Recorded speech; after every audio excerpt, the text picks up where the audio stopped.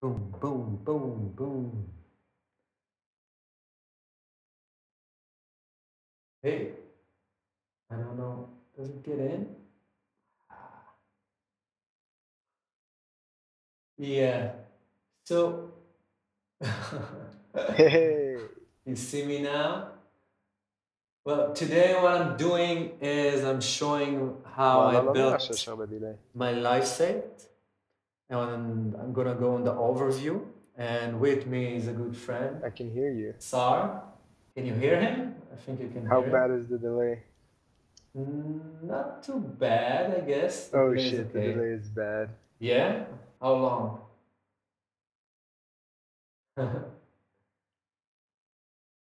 But let me show you just my setup here. I got this Novation launch key.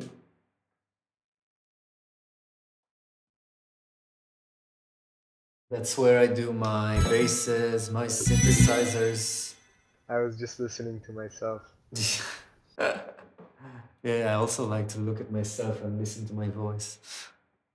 And I got this machine micro. That's That's where I badass. do my drumming. This is my microphone with a Kipodcast eyeball to make this room sound a little less shitty. And the microphone is a PG42. And I see everything here on the TV, so it's easier for me to go over like this and see on Ableton what I'm doing. Now, let's go dive into the project itself. Voila. My God, I hear myself with so much delay.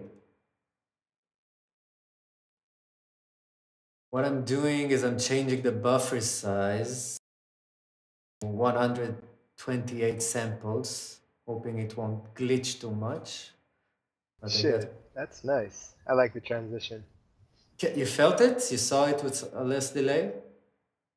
It's a sick setup though. Ah, thanks. And oh, it's pretty hidden behind, but I have also a launch controller over here. That's where I do like Yeah. my main monitoring volumes and reverb, delay. And with time, I'm adding more effects on it, and that will do more control of, like I have a limiter on the master of this channel. So when I stream, I don't go overboard with my volume and people, So I put a limiter and then I can control it there. But what's nice with this setup is that Do you also put loops on that monitor? on loops, like if I turn on the loops on it, no. I play my loops on the launch key or the machine in some cases, but mostly on the launch key because it is this line over here where I can play Yeah. the clips much more easily. But it's possible to MIDI everything onto every part. Also, people can put on the buttons below here also that option. But I focus mainly, I want my work to be, when I'm doing something live, to be focused on the machine and the launch key. Wait a second, my TV is doing some problems. And to use that more in my work process, if I'm just need to check out some sounds to balance, but I'm gonna build it in a way that most of these setups of volume, of reverb amount will be automated. So I won't need to now in the middle of a show remember, oh, I need more reverb there. Unless it's an effect that has some musical meaning in the context. But if it's something that can be automated like that, I would do that. Last, wait, good, it's back. And any questions about this setup or what I have? I guess you're getting me a bit with delay, but that's how it works these days. And So you automate it using the software and leave the physical stuff for. Yeah, I think that the most things that I could automate. Yeah, delay is harsh. I don't mean to automate the whole song. The purpose is that I could focus on this kind of live playing and focus on the feel and groove of a song, and automate the technical things that I don't need to get inside, like things that a sound man would do in the middle of a band show.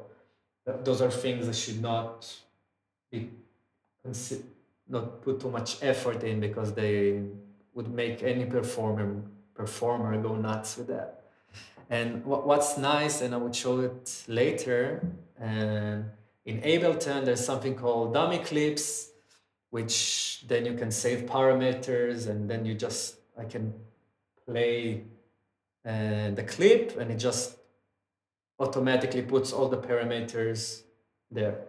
The parameters of a certain thing. Let's say the parameter are 50% reverb on a channel and 30% delay. So I can automate that, and I don't have to remember myself to do that for each song. And what's nice with this, for example, machine, is that some of the functions I can do on the monitor, on the launch controller, I can do here. Like I can also mute, and I can also select channels. And that's really nice, because sometimes I need to do it fast, and it would be more fast to do it on the machine rather than there. So those are nice functions I can do, and I can always map more things. For example, I mapped also here on my launch key. See, I can turn on the bass, the synthesizer, this weird sampled synthesizer, and now it's nothing because I muted them all. But it basically does the same function I can do on those challenges on the launch controller, but this is much quicker. For example, if I'm playing and I want to do it quick instead of going all the way there. Maybe in the future. That's awesome. Show me how to do that. The changing of the instruments via the launch key. Okay, I'll show you that. I want to set that up here. Yeah, now I'm diving into the project. Opa.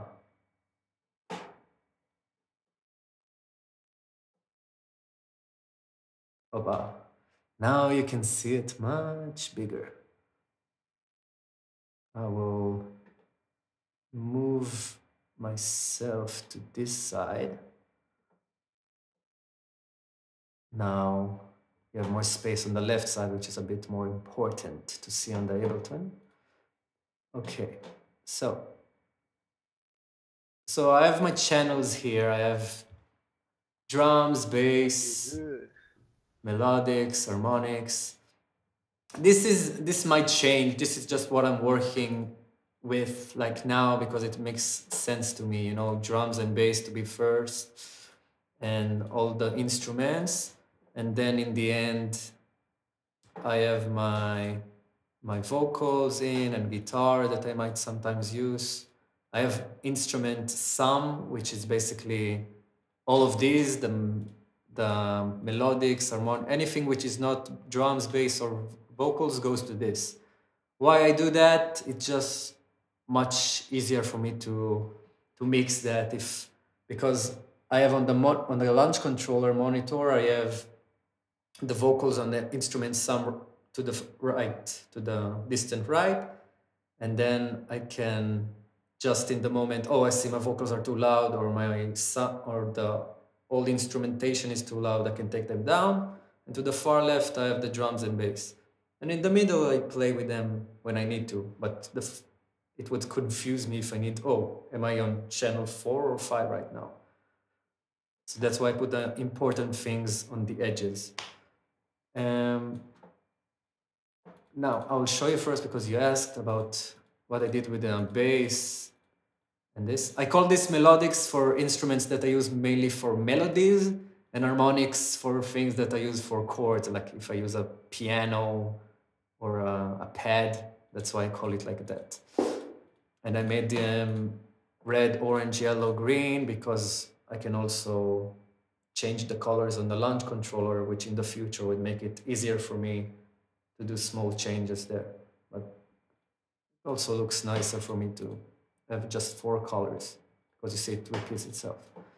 And the bass, what I do with each of them, because I plan to have more than just one bass in my project. I want to have at least 2, 3 basses that I play with and change during a performance. But I put it in an instrument rack, and it's currently I have just one bass here, but it's more visible here. And the harmonics, I have 2 instruments. You can do that by just clicking when you have an instrument, you click it, and currently it doesn't have because I'm already in instrument rack, and you have an option to group it. And then you can add more instruments. For example, what you could do is here you see this button, and then you add just another instrument and put it right here. Drop an instrument or sample here. If I drop a sample, then it would put it on a simpler. And then what comes here is that I will do those automations with dummy clips that if I'm playing now my second song, for example, I see I have now Achzor, I have Lev Shalem. So when I play here, it will turn the automation to turn on this instrument and would mute other instruments I'm not using.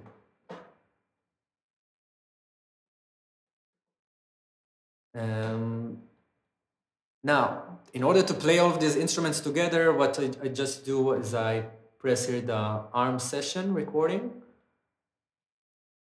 and I click here, I press right click, and then ARM exclusive, I turn it on. Meaning,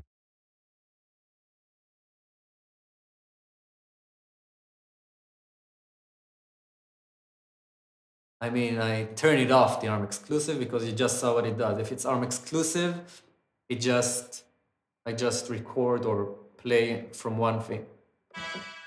But when I keep it not ARM exclusive, I can press as many things I like. From my launch controller, I can control also. I lost sound. Huh? Okay, I got you back. You got me back? So I'll go over it again. I press the here, and it allows me to play those instruments. And I like to keep it not on ARM exclusive because then I can turn on a few instruments and then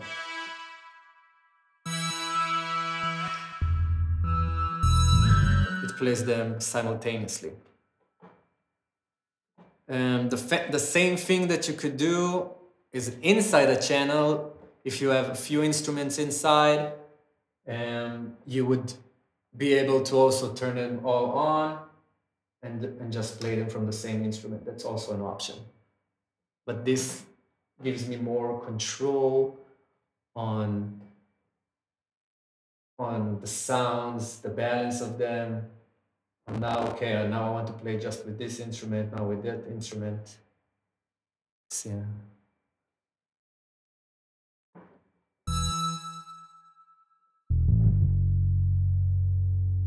Now I want to show you the drums.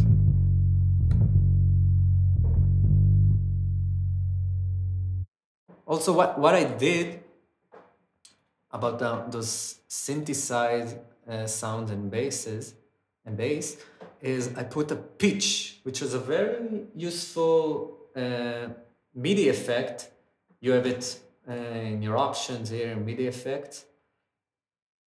Over here, you can search for pitch.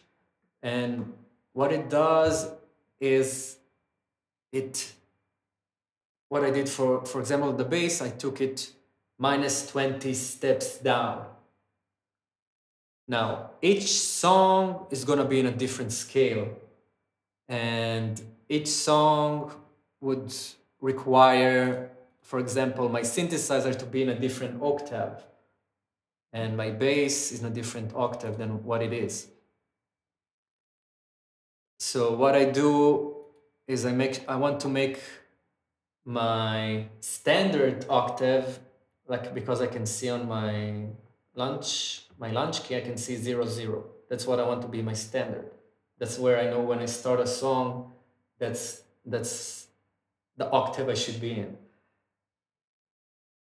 And then I lower down the bass, and this one I took for plus 28 steps, and also I think this one I left the same, because I wanted them to be, the scales to be in sync with this sample I put. I might change it in the future, but currently this is how it works for me, and it's simpler for me to do this melody. It's not really, I'm playing my first note on C, but it's not really in C. I think it's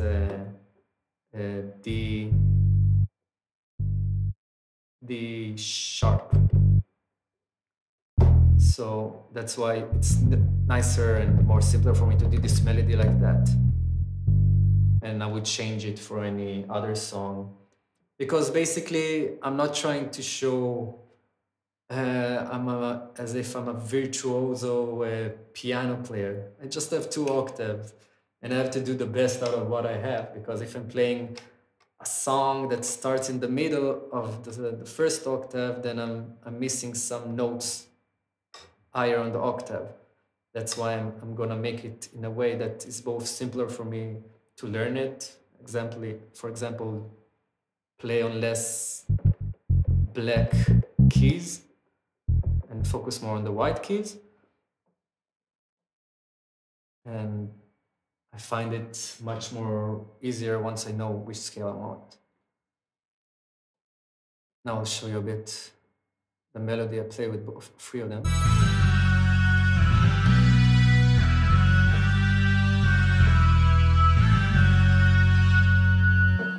Recognize it?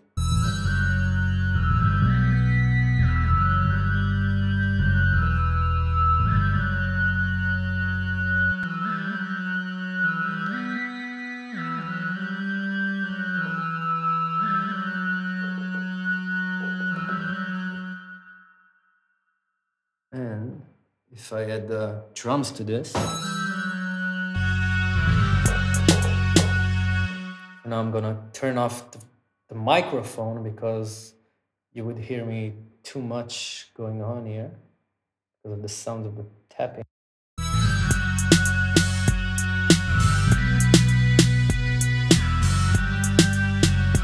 I see a lot of darbukas in there.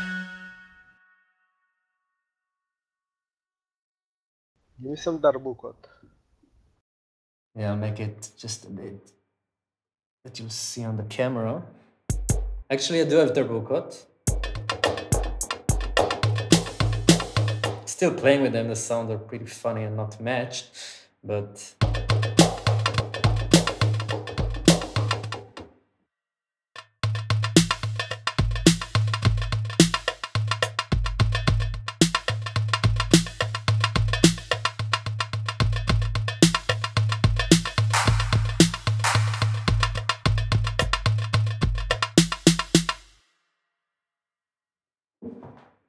and in my machine, I have option. Huh? It's funny, I get you in delay. And yeah, in my machine I have like 16 pads I can choose from. And I'll show you now how it looks here.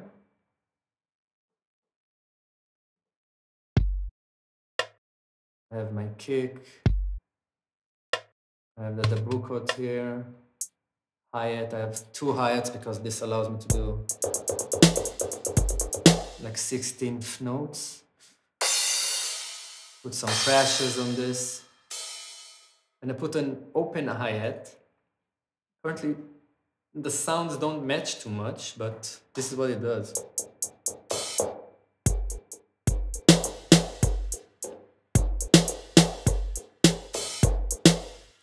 If I play just the hi-hat, it stays long, but if you saw it stopped once I played this hi-hat, like how a real drummer would do, because it's the same instrument, it's the hi-hat, and if he opens it and then hits again, then it stops. So what's really nice with Ableton is this, it has this option to do choke, it's called.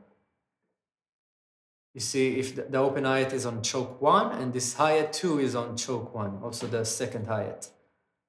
What it means is once I play one of the instruments in the choke group, then it shuts up the other instrument, the other sound.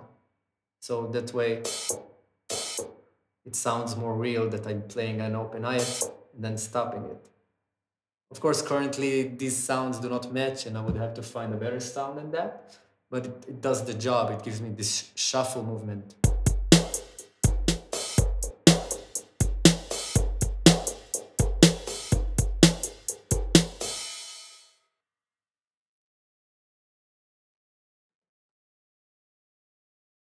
And if you have any question, you can ask me about that, because it's a really nice trick that I only recently rediscovered. That's how it happens. I always rediscover things. No.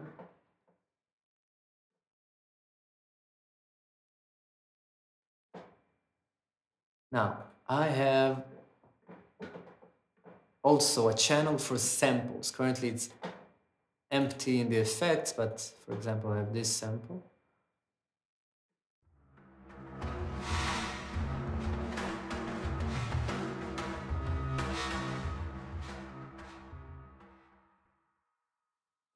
And I have this.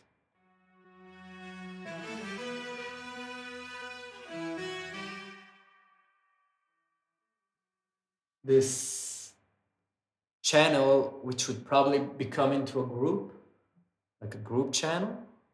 To group it, I just do press right click and then I do group tracks, because that's what I want to make. Like, for example, if I make a live version of a song that is fully produced, I could take some parts of it, some samples, and put it there to play. For example, I just want to play the piano part live of a song, and I didn't want the drums and bass to be clipped and sampled, although I would want to do opposite with my setup. But for example, then I could put it there, and just when I play a certain song, then it would time it for me and play the whole clip of that.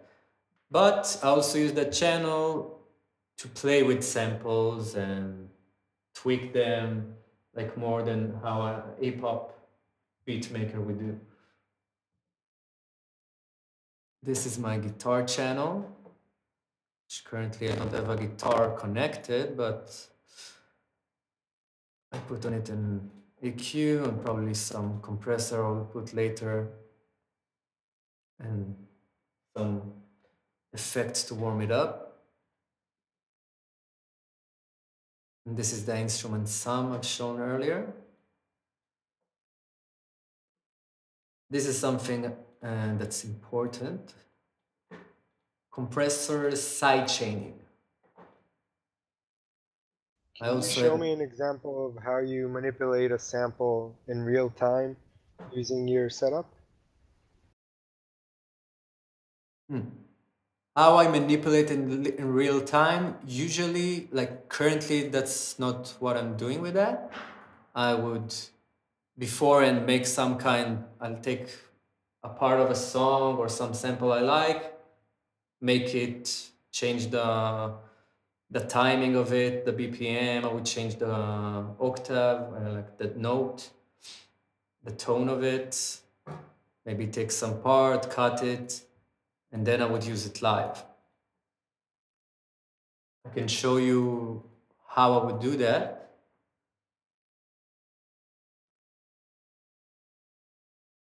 So let's go with samples.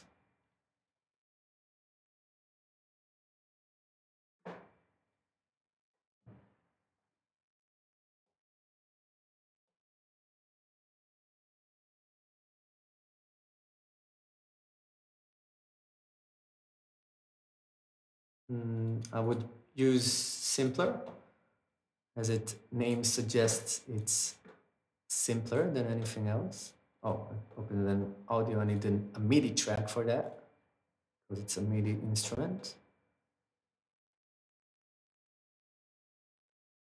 I put it here, and then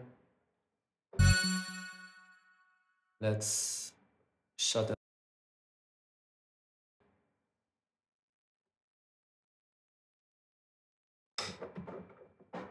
Okay, I turned off the other armed channels, and I just want to focus on this one. Let's use this simple sample I took from the start of a song.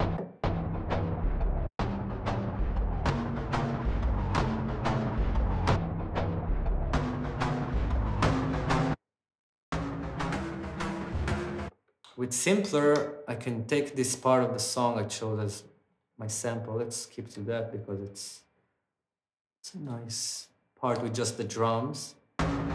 Later on, it adds more instruments.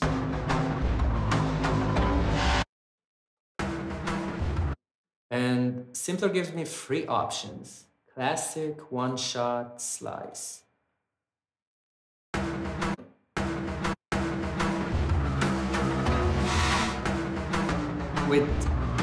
Let's start with one shot. With one shot, when I press it,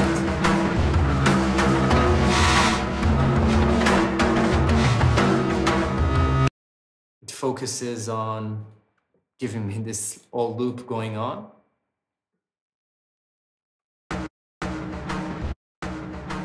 With classic, it's more of a trigger, like I need to press it. Although in one shot I can also do that. But they're both, I never got into what's the specific difference that I would use, but I usually play between them until I find, okay, this one is what I need in this occasion. It always changes, because sometimes I do want to play it, just press it and then it works. Sometimes I just want to take parts of it, which I can do with slice.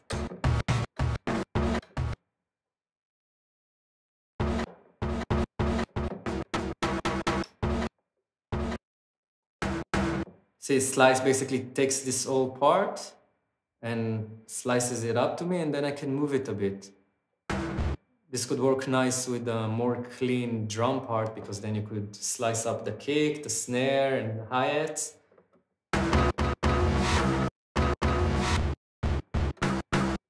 And splice them up.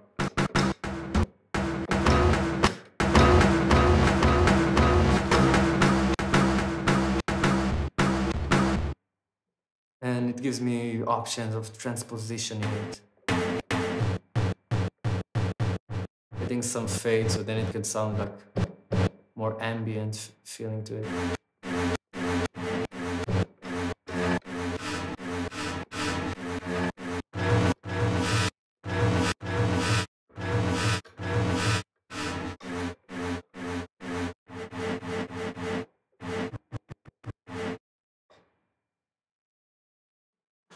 And it's really just playing with it. Simpler is a really fun playground for me. I always get new ideas from that. And I can also play with the sound in the controls. I can show it in something I already added in this. Is this sound. This is basically the sample from Lev Shalem.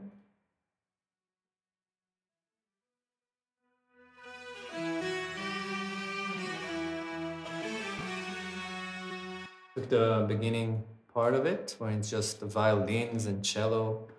It's all kind of Arabic feel to it.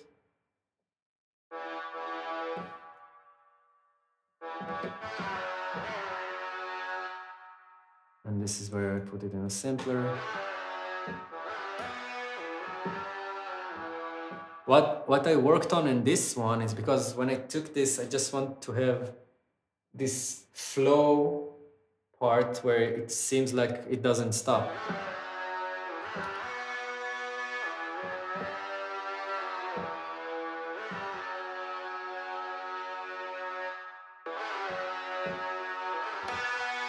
You see, if I use the one shot, it always starts new. But when I kept it on classic, it keeps on going even when I'm playing different notes, and it still gives that its flow as if it's one crescendo of instruments playing and not stopping.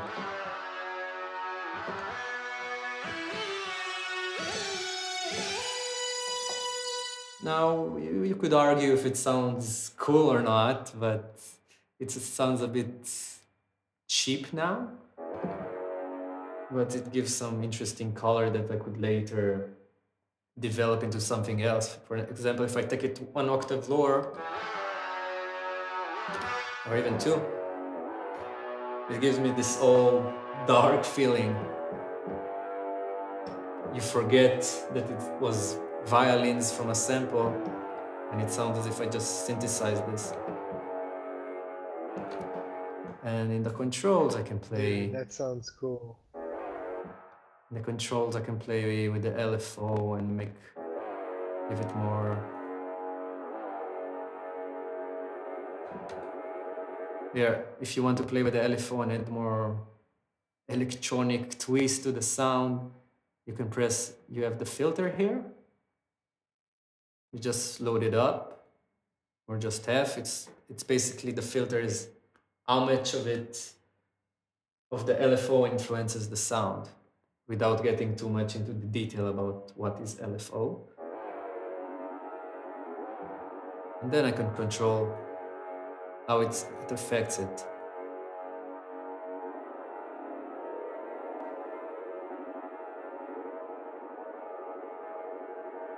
And I have this pen. Pen is basically the left-right, how much it opens up to the sides. And the volume is how much it goes down and up with the volume. You can also do the pitch, but then it goes really crazy. In some occasions, it can sound cool. But it's a really nice instrument to just check out things and what you can do with a basic sound, you know. And you have a basic EQ here. Usually, any sound which is not bass and kicks and stuff like that, I make sure I cut I do a low cut of the frequencies.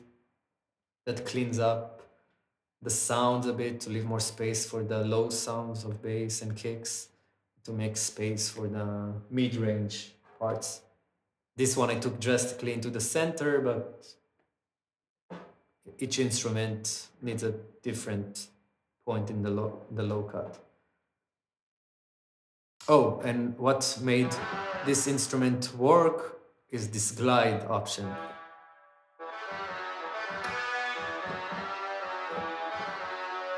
You see, if I have it off, then it sounds stuck. It sounds. But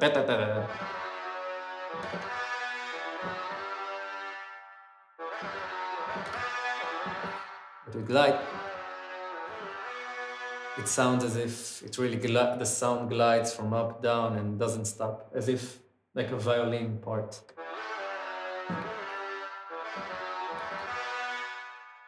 So these are the small tweaks you can do in Simpler that would make a sound more real in how you play it and how you want it to sound. Ableton also has sampler, which is a more developed, basically the originals, the more developed brother of simpler, or even the father of simpler, I don't know. And it has much more options, and it would require much longer time to go in depth in there. I'm also still learning how to fully utilize it. But since it's a live set, I would focus more on using a simpler with sounds, because it's really straight to the point. I can tweak things fast. And currently, the setup does look a bit complicated, but I am trying to make it as much simple as I can, because then it would make my flow much faster, much more focused on being creative and making things live and with a groove, not focusing on the million technical things going on there. I would have to do those automation and technical things, but those are the homework I need to do before. The purpose is to keep it simpler, maybe simpler like that. But maybe, for example, at one point I would say, maybe I don't need those few different channels. I would just put it all in one channel, and then I would automate it like that. This just helps me currently with my process. And I'm willing to understand that as long as I put more effort and time on it, it will develop and change. So I would make a few different projects and would see how it would go. And this is the same for music creation. You know, you start somewhere and you don't know where it would take you.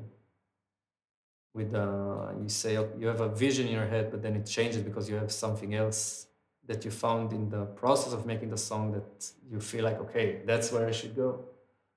And the same thing with live set. That's why I'm working on that, because it seems much more exciting to be in the moment and building this, especially with my instruments, allowing me to focus on that. Do you have any questions currently?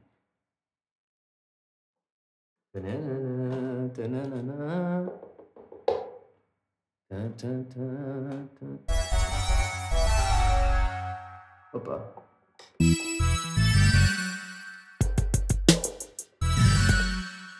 Show some big.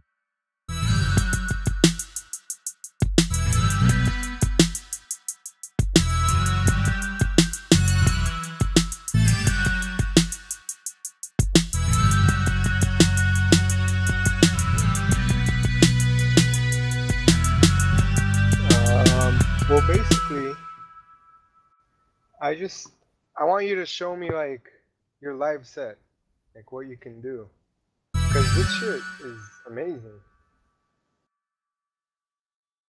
Like if you can really take that little sample and manipulate it while you're performing, I mean, you'd still know what to do, but incorporating that live. Okay. See, I asked you to do something and you already did it before you even heard me.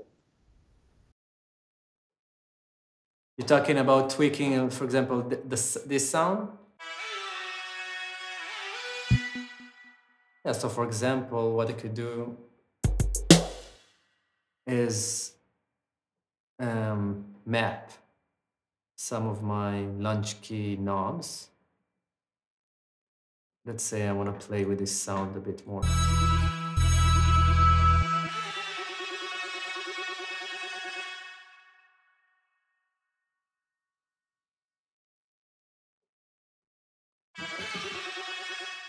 Just play like you did, like you started before I talked. Do your thing, man. Do your thing. So let me just map these buttons. I have the filter.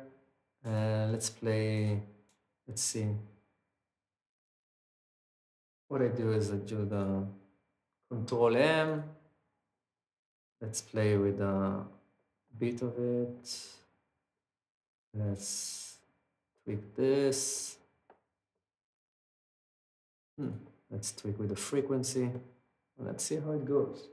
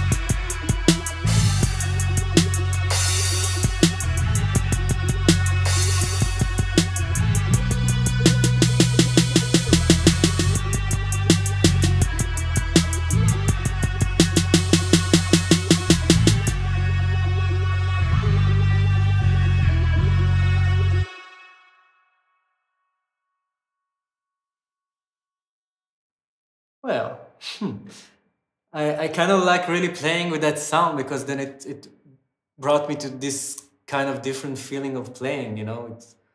I was playing a different sound that I didn't play before. And that's what's really nice with that. I could just tweak anything around and just find more and more sound like that. And eventually it's find and then delete, you know, it's find Hey, wake up. Find the stuff you like and That was awesome. thanks, man. Yeah, I'm getting so much in delay. And yeah, that's the way sometimes I find something shitty that I'm like, I'll never use that, but that's the way to get to the good things. You know, so I'm willing to get in the mud until I find the gold. Maybe I made a new saying here, you know? New quote for the musician ages to come. So, anything else you'd like to ask about this that I could show you? You gave me some nice ideas for how I can take it forward, actually.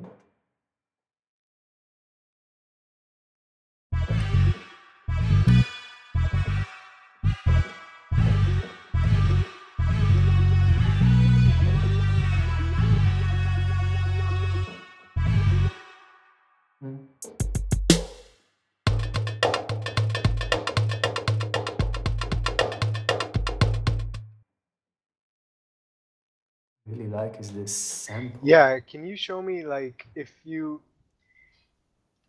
have a live session now and you want to kind of write it down, can you show me the session view, or like the layout of the song and how it would all play out in case you wanted to record this?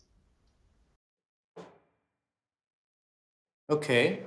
Well, if I would want, there are two options how I would do that. Of course, the session view is what you see now. And I have the arrangement view. Because it's a live performance and this is how Ableton built it, which is great. This is the purpose of it. I would do it on the session view. Although in some cases I might want to do it in the arrangement. In the arrangement, I would do it if I'm looking for a more structured live set where I know everything is built to me in a horizontal way. In a session view, for example, if I want to record, I'm like, okay, I found this cool beat I want to jam on and build a bass roll on it. I would, let's go down here. Okay, so on my launch key, and also on my machine, I can press on the clip and then record something to it. But I would have to also use the metronome in order to be in sync with it. So for example, I would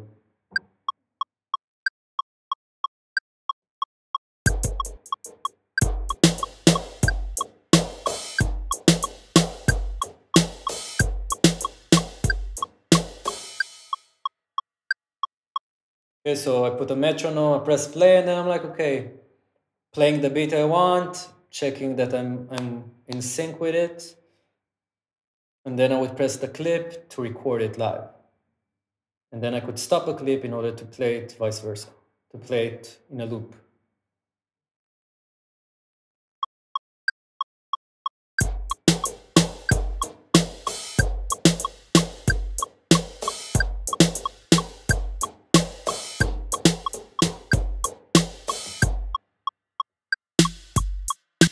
Now I got it a bit late.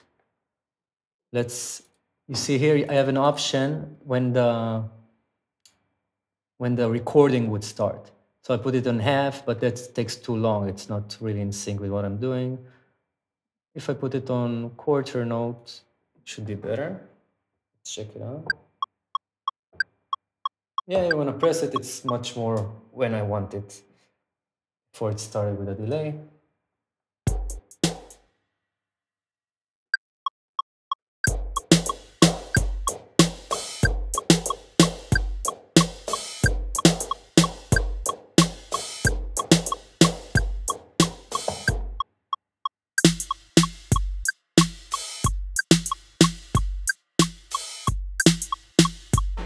Again, it started with a delay. This is something I need to practice, I admit. It's not my forte yet to record my clips.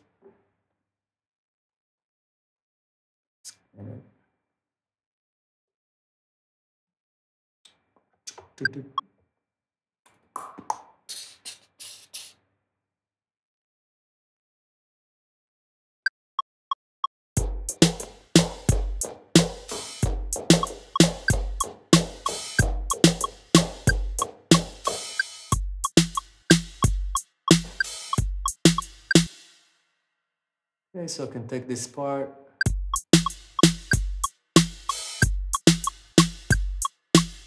This part sounds the most in sync for me.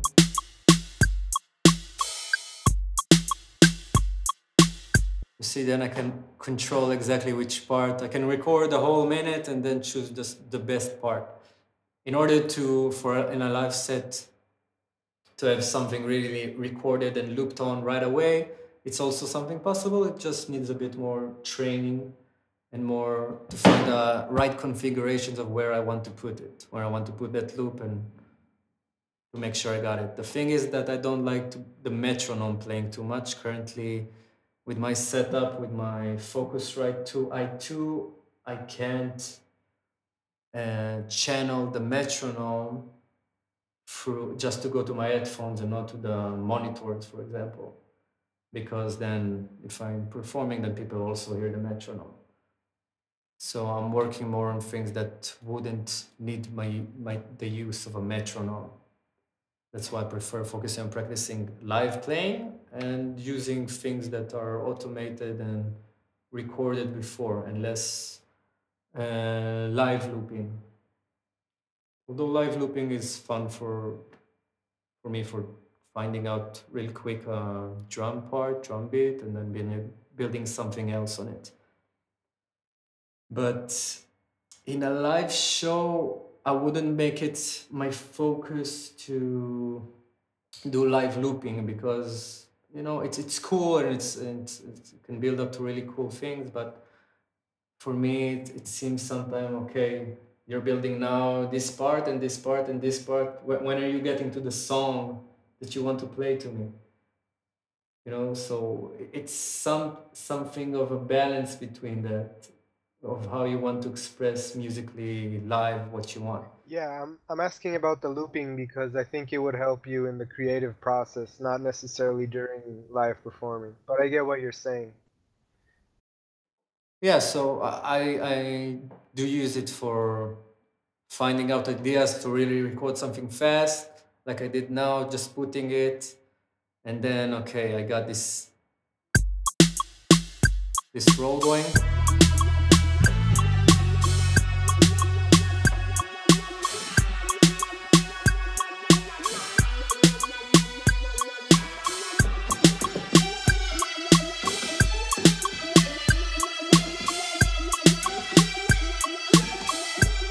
I have much more freedom to now, okay, let's develop this melody, let's make something else, let's see where else can I take this song.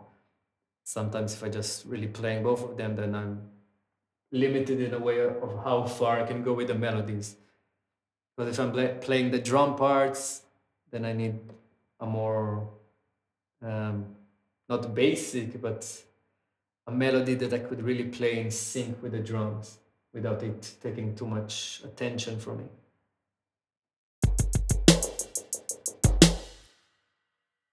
And things that could help you with doing this live looping is really working with this. This is when you start a clip, then how long does it take for it to get in? For example, if I put 8 bars,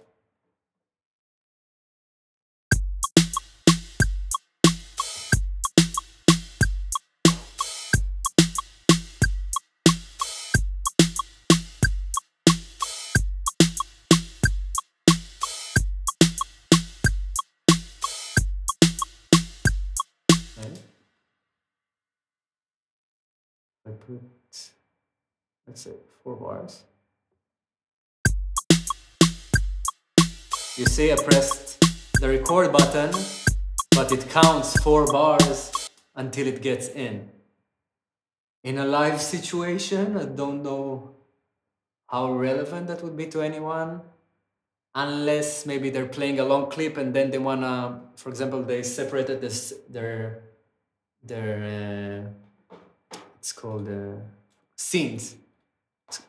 For example, this scene is a solo, like let's say they're playing a guitar solo, and this scene is playing all the parts that accompany the guitar solo. And now they know, okay, at this point, I know that in 4 bars, we're moving on to the final chorus. Then it makes sense to do that. But if I'm just doing it fast, I would put it on quarter or 8th where storms outside, or 8th, maybe even 16th. But for me, it's really something to figure out, okay, what's comfortable for me to understand, okay, this is now getting in, there's no delay in it, that it will always be in sync. Like now, for example, it didn't get in sync because I'm not enough trained in it and don't know exactly which one I should use. But it would be from last time, quarter or 8th. And you also have, you need to look for it, and quantization. You look for it in the edit button. I don't think you can see it on my channel, but on Ableton, then you have the edit. Then you have a line said record quantization. I'm now on no quantization, meaning when I record something, it doesn't quantize it and doesn't make it.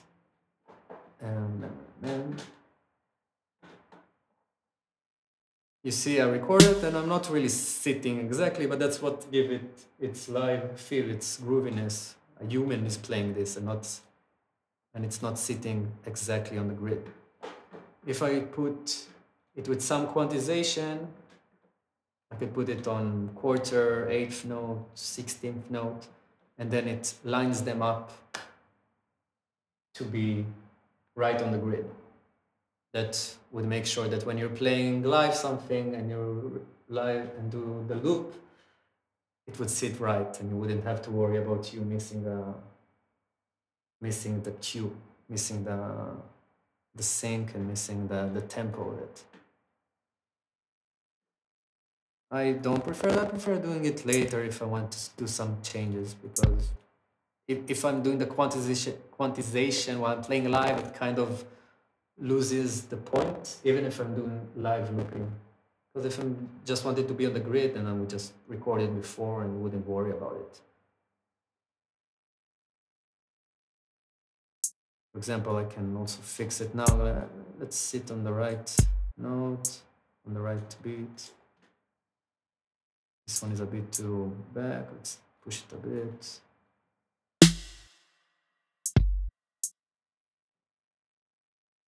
This is when I'm just practicing something and I have a beat in my head and I'm like, okay, let's get it organized a bit so I can keep on working on that.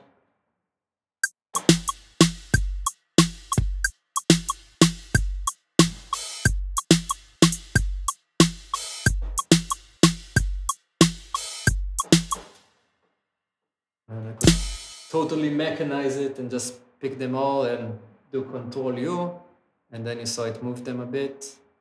Let me go back again. It will move them directly into the grid. These are like really small tweaks, but the more you play with that, the more you make sure things don't sit on grid. You give it the more live feel, the more human feel. But sometimes you might want to get that effect that it sounds robotic. It really depends on the kind of music you're making.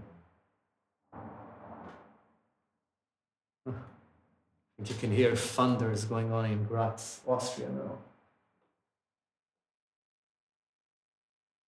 Any final questions? I think I went over most of what I want to show you. Next time we could go more in depth on a specific subject. This was just more of an overview of the live set I'm building.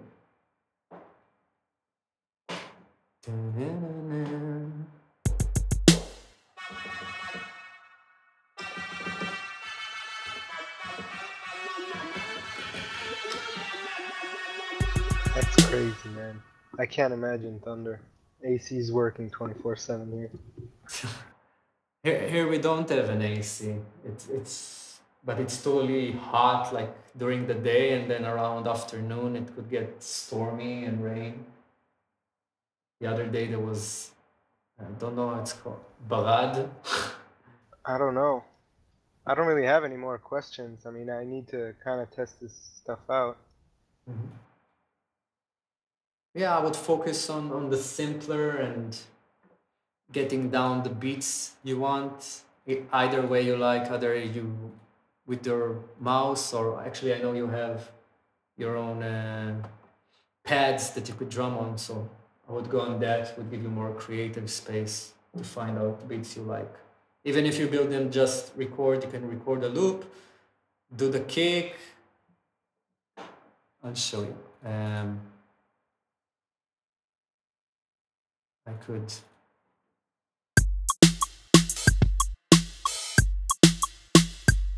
For example, I left just the kick, then I can press here. Oh, I have a question actually, but I think it's more relevant to my pad. Yeah. Just go on. Yeah, I just want to show this, and then you can just add a snare or other hi-hat while it's playing.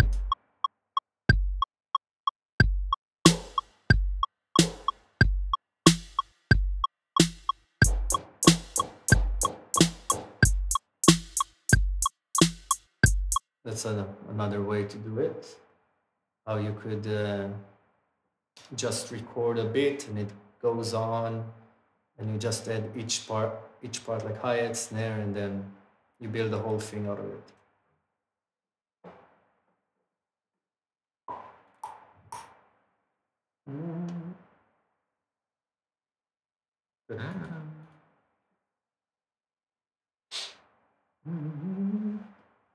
I need some water now.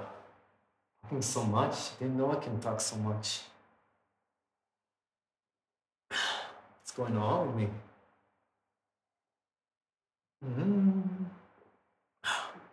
So we will also see the video, how it goes in delay. See where I'm at now. Oh, it's not that far. See myself holding a glass of water.